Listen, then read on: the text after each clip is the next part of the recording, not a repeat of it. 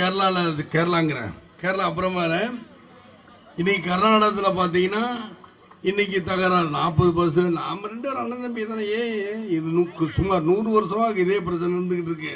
யார் ஆண்டாலும் திமுக அதிமுக மாறி மாறி ஆண்டுக்கிட்டு 100 வருஷம் பேச மாட்டேங்கிறேன் இந்த பிரச்சனையை பற்றி.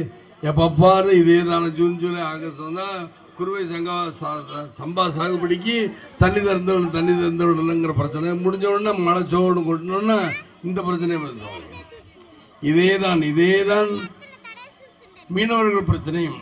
ராமநாதபுரம் மீனவர்கள் பிரச்சனையாவது 2 நாட்டு பிரச்சனை. இது ஸ்டேட்டு பிரச்சனை.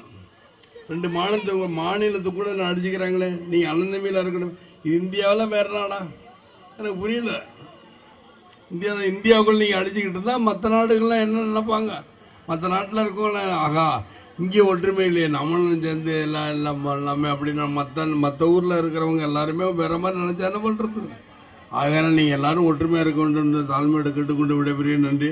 நான் குர்பானி கொடுக்கறதுக்கு முன்னாடி வேறு என்ன பேசுன்னு சொல்லுங்கள். இந்த ஆத்தூரை பற்றி நான் சொல்லுவேன். சேலத்தில் படப்பிடிப்பு நான் முடிச்சுட்டு வரும்போது ஆத்தூரில் ரொம்ப எனக்கு பிடிச்சது. ஆத்தூரில் போகும்போது புரோட்டாவும் பிச்சு போட்டு ஊற வச்சு குழம்பு வாங்கிட்டாங்க.